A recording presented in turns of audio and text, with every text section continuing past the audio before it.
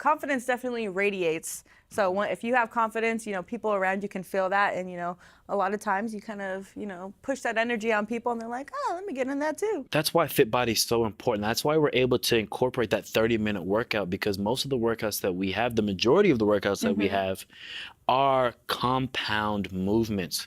So to reiterate what I said before, when you're doing compound movements, you're getting more muscle groups working at the same time, which means a better result for not only building muscle, but also losing weight.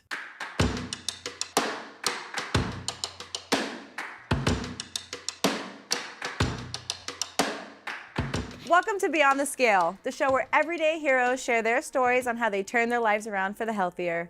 I'm Coach Britney, and today I'm really excited that we have Coach Denzel on with us for this special episode. Welcome. Thank you for having me, everybody. I'm happy to bring a lot of value and get this topic going.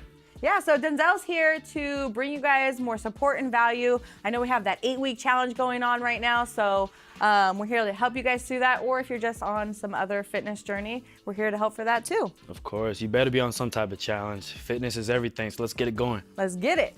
So today I want to talk about, different parts of working out. So there's kind of two different versions. You have high reps and low reps. Let's talk a little bit about that and the benefits and pros and cons of each. Yeah, of course. Everybody has this type of thought about, what do I do? Do I do high reps with low weight, or do I do low reps with high weight? And to be honest, Britt, it's all about what you're looking to achieve. The way I like to see it is, the lower reps, you're starting to build strength. So you're looking at that 2 to about 6 rep range.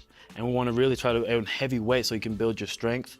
And then for endurance training, you want to look at that 12 to even 25 or above to really build that endurance. But my favorite thing is really hypertrophy training. And in hypertrophy training, I feel like it's the perfect, level for myself especially, where it's in that 6 to 12 rep range, that little sweet spot right there. And hypertrophy is basically, it's a mixture of strength and endurance combined into one. That helps me best with muscle growth. So in that situation, how heavy a weight do you use? Do you use like lighter, heavier, or like something in the middle? So when it comes to my hypertrophy, I like to at least go a minimum of 30% of my 1 rep maximum. So basically, if my 1 rep maximum is 100, then I don't want to do nothing less than 30 pounds. Does that make sense? Got it, okay. So, and I want to make sure that, and everything about building muscle especially, is all about volume. So we're looking at sets times load times reps. And once you combine all those three, that's the best way to build muscle. Sets times reps times load. Yes. Got it, okay. So me personally, I like to have more of that like explosion strength. So what I do is the low reps but high weight. Yeah. So like you said, 6 to 8 reps, but as like heavy as I can go. And for me, I just find that, I get stronger a lot faster. And that's what I look for when I work out. But that's what I love about Fit Body is that, there's the circuit training, you do your HIIT workouts, but it's kind of up to you on how much weight you want to have, if you want to do your reps fast or slow. It's crazy because, depending on what you're looking to achieve is kind of where you want to fall into. So for example, sprinters, we kind of want to stay in that hypertrophy style, with the quick twitch muscle fibers. Long distance runners want to look at more endurance training because you want to look at the lactic acid that builds up into the muscles and for that long lasting longevity. And now for weight loss, which one is better for weight loss? Both actually, because when you build muscle, you heighten your metabolism. And by speeding up your metabolism, you're burning fat. So technically, the more muscle that you have, the more fat that you're going to burn naturally by almost basically doing nothing. So it's almost like a domino effect. It's like if you start off with no muscle, you're like slowly gaining your muscle, seeing the weight drop off a little bit, and then as you build the muscle, it starts coming off faster and faster and faster. Of course, because then the more your body uses the fat as energy and expends it as energy. So like I said, the more muscle you have, the easier it is for you to actually lose fat. So for all of you out there, make sure they think, diet especially, but building muscle is crucial to losing weight. That's a great point. So that leads me into different type of workouts. So we have compound workouts and isolation workouts. Let's talk a little bit about that. So Here's a stigmatism with compound. People love to do, especially guys out there. So any guys listening, everybody loves to do the bicep curls, Britt. Everybody wants to work on what they can see, and the biceps seems to be the first thing. And I don't neglect my biceps, by the way, I don't. Clearly. But think about this. Compound basically means more than one joint moving at a time. So, and you figure if you're doing a chest press, so now you have your elbow joint and your shoulder joint moving, which means more than one muscle group is moving and working. As one means you're working more muscles, which means more chance of growth. So that's the importance of compound movement. Isolation is just a focus on one particular muscle. So bicep curls, you're only gonna focus on your biceps. Triceps, you're only gonna focus on your triceps. Whereas something, like I said, back to chest, now you've got your primary muscle group, which is your chest, and you have your secondary, which is your front delt, and your third, well, secondary as well, but is your tricep. So now you're getting 3 different muscle groups working in one. Now let me ask you, what one sounds better to an overall growth? I'll take the 3. Exactly. So, but they all have their benefits, but personally, I would have to say compound movement is the most fundamental movement when it comes to muscle growth and just your fitness journey. Absolutely, and so that's why at FitBody, you know, typically we do the compound workouts. You have 30 minutes, so you're trying to, you know, get the max workout, trying to hit as many muscles as you can in those 30 minutes. But we do incorporate some of the isolated movements also because, you know, sometimes like you said, you want to put full focus into that bicep or whatever muscle that is to see that growth. But at the end of the day, yeah, I'll take the compound. Yeah. And you know, you can go to FitBody and, you know, we're doing squats, we're doing kettlebell swings, push-ups, TRX rows. All of these are compound movements, and that's a fantastic thing about FitBody. But then you'll also get the curls in there or the some form of extension. But you want to make sure to get the most out of your workout to incorporate as many compound movements as possible. so what are some examples of isolated workouts for your lower body? You know, one that I can think of right now is for all the guys out there that like to neglect their legs, especially. I can be a victim of that as well, so it's okay. But calf raises. So if you figure when you're doing calf raises, you're just moving one joint in your body and isolating and focusing just on your calves, which I need to do a lot more of, but hey, we'll get there later. But yes, definitely calf raises. There's actually a guy named Jonathan. He has the biggest calves I've ever seen in my life. This guy's calves are like both of my legs together. It's ridiculous. You know, he does those calf raises all day long, huh? He just walks on his tiptoes every day. Just So, I mean, also for the ladies, when it comes to wearing heels, for me, like I used to put on heels and I used to get tired so fast. But once I started working out and, you know, doing calf raises and different calf workouts, I noticed putting on my heels, I see one, a lot of definition in my leg. And I'm like, okay, I love this. I can keep doing this. But 2, I find that I can actually be on my heels a lot longer. No, it's funny, you know, having, you know, defining different parts of your body can bring confidence to different people. And there was a challenge that we did called the little black dress. Oh, I love that one. So we had the little black dress challenge, and, you know, especially with springtime coming around the corner, what's about a month away now? Yeah, it's coming close. You know, so dress season's coming back. So you want to make sure that, you know, the heels are coming back on, the dresses are coming back on. So you want to make sure that your legs are just looking right.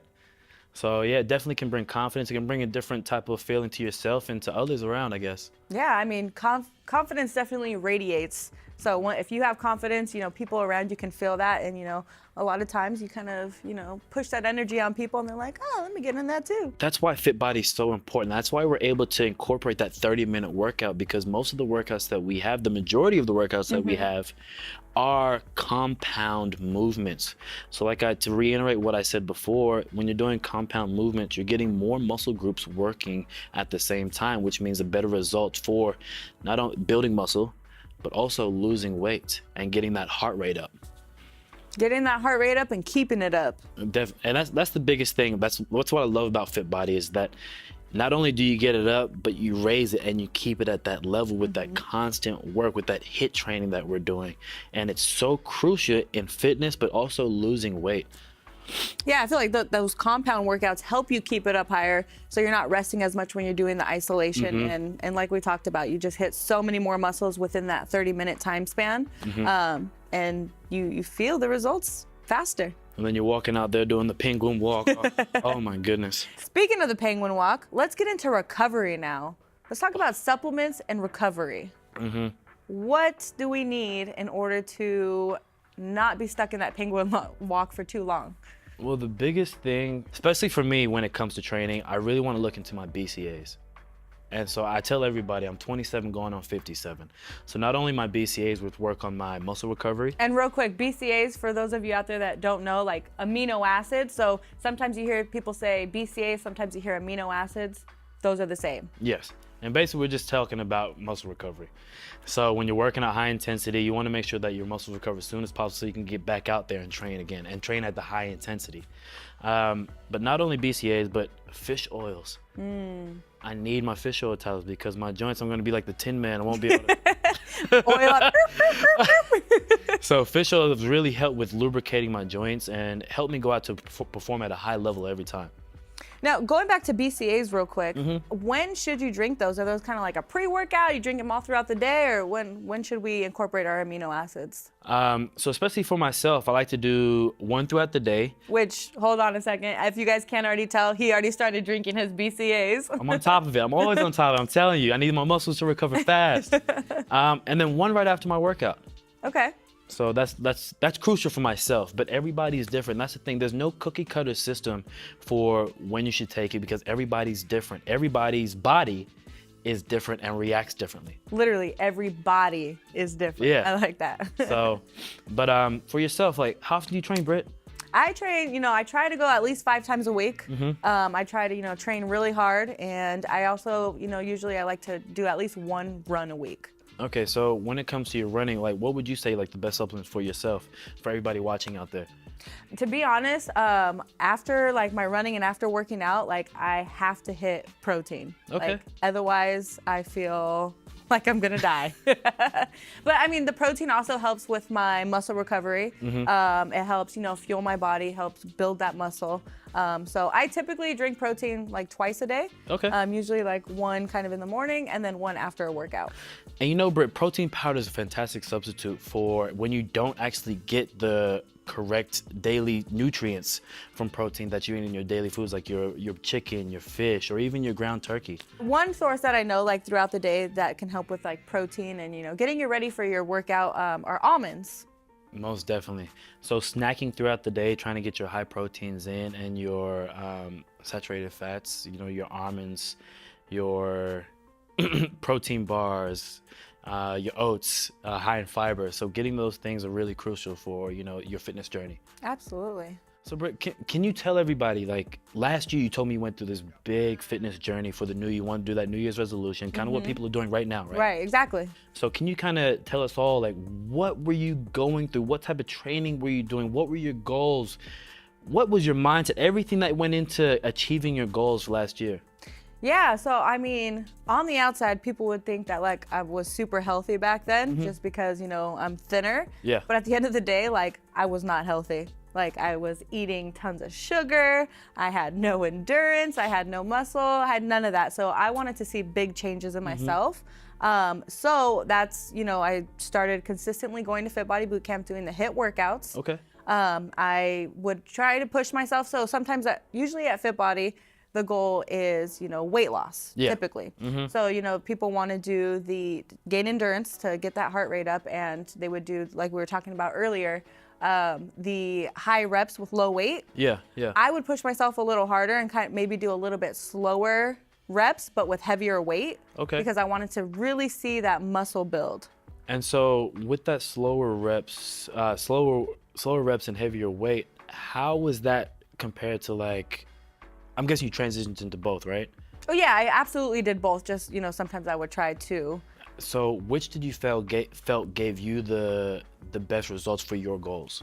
For my build goals, muscle? I feel like the heavier weight with the lower reps helped Okay. me hit my goals better. Okay. And did you feel like your strength increased? Oh, absolutely. Okay. Big time. That's fantastic. I remember my first Fit Body experience. And like you said, and it's funny you touched on this because everybody thinks just because, my shirt fits nice or whatever that I'm fit. I was far beyond it. I was everything was just looks. So I went to my first fit body thinking, you know, the macho man type feeling, I can kill this, it's gonna be easy. Oh my goodness, I struggled. I was the worst person in there. I saw ladies who were 50 years old lapping me, telling me, come on, you can do it, big fella. I'm like, yeah, how are you doing this? I just couldn't do it. I think we had to do push-ups for 45 seconds, 15 seconds rest into deadlifts. And into what after that? Then it was into crunches. And I was like, I'm looking around thinking, what is going on? I'm struggling, but Mrs. Jones is over here looking at me like, come on. Faster, let's go. But it's the different style. I wasn't used to, and that's all because I wasn't used to training that endurance style training. I was going out of my comfort zone, but the results for, you know, keeping my heart rate up, I was not used to that. And it was a shock to my system. But, you know, after, I think it was my 10th session in, you know, my body started getting used to it. So I was like, okay, Mrs. Jones, let's go. What you got? I'm with you. Come on, let's do it. She still beat me, by the way, but it's okay. My pride is still over there. You know, it's okay though. But no, it's funny how we don't understand, and we have different goals. Each of us have different individual goals, but they're different styles of training are both beneficial to whatever goals you do have. So. Absolutely. And you know what, going back to when I was doing my fitness journey, so like I told you, not only did I not have the endurance, but like I was eating really bad. I ate tons of sugar, like tons of carbs, bread, all kinds of stuff. But when I started that challenge, I actually started eating like little portions all the way throughout the day, which really helped my metabolism. Of course. And also it helped curve like my hunger. So like sometimes like I would just start eating almonds like at my desk at work. And then maybe later on I'll eat a banana. Maybe later before my workout I'll eat an apple.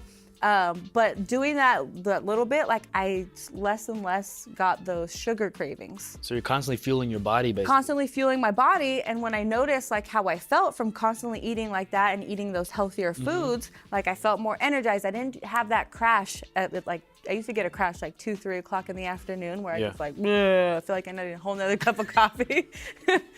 But like I stopped getting that, and then like I would be more excited to go to my workouts. My endurance was increasing.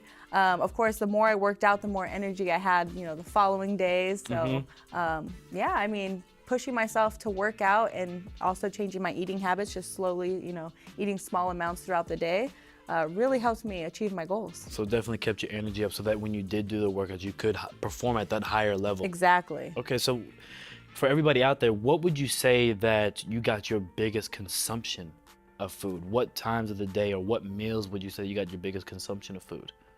So breakfast was super important for me. Okay. So that's something that I, you know, didn't eat a lot, but when I started eating breakfast, it helped fuel me through the day also. And then my post-workout meal, I feel like that was the most important for me. You know, it's funny, a lot of people ask that question. That's why I wanted to ask you. But for me as well, post-workout is the most important meal. And that's where, for myself, so everybody else, this is just for me, I try to get my carbs in and as much food as possible, because my body, within like an hour, my hour window, the anabolic hour, they call it, the anabolic window, they call it. So I try to get as much as the, you know, high fats, carbs, and protein as possible, because my body is still constantly breaking down the food consumption and turning it into energy instead of storing it as fat. So I'm happy that you touched on the fact that, you know, you get your biggest meal right after your workout. Now, question for you. So obviously we want to eat a lot of carbs post-workout because like you said, it turns into energy and all of that. If someone is working out at night, let's say they're working out at night at 7 p.m. session, so they're done by like 7:30, they go eat. Like a lot of times you hear myths like, oh, don't eat carbs at night. What is your take on that? Honestly, it's such a sticky subject, Britt, because, you know, everybody's going to tell you this and someone's going to tell you that. Right. It's like, where does it fall into? But it's honestly, like I said earlier, it's up to you and understanding your body. For myself, I could do a workout at 7, finish 7:30, and eat most of my carbs after that. And with my body, it'll be perfectly fine. There's going to be no change. It might actually benefit my body for the better. But for Mrs. Jones, it might not work the same. So once again, it all depends on your fitness goal and your fitness journey and understanding your body. So someone who's trying to lose weight, you want to try to lower the consumption of carbs but for someone who's trying to build muscle, carbs are essential for muscle growth. Got it. Okay. So what would be a good post-workout meal if someone is working out in the evening and their goal is weight loss? Look, honestly, you want to make sure that you get your protein. So you're looking at your chicken, your turkey, also your fish and your high fat saturation. So something like avocado, you want to make sure you get those into your diet straight away after your post-workout. But for everybody out there, just to get a better understanding of your body, make sure you contact your coach or your nutritionist to get a better understanding of your body and what you should be consuming after your workouts and even before. Absolutely. And real quick, you touched on saturated fats, avocado. I have a great snack for you guys out there, which may sound a little crazy, but blueberries with avocado and a little bit of sea salt. Good luck. Trust me, just try it. Try it. It's so delicious. Tell us what you think, because I know I'm not trying that. Yeah, try it and make sure you comment below, and maybe we'll get him to try it one of these days. So today we talked about the difference between high reps and low reps, compound movements and isolation movements, and supplements.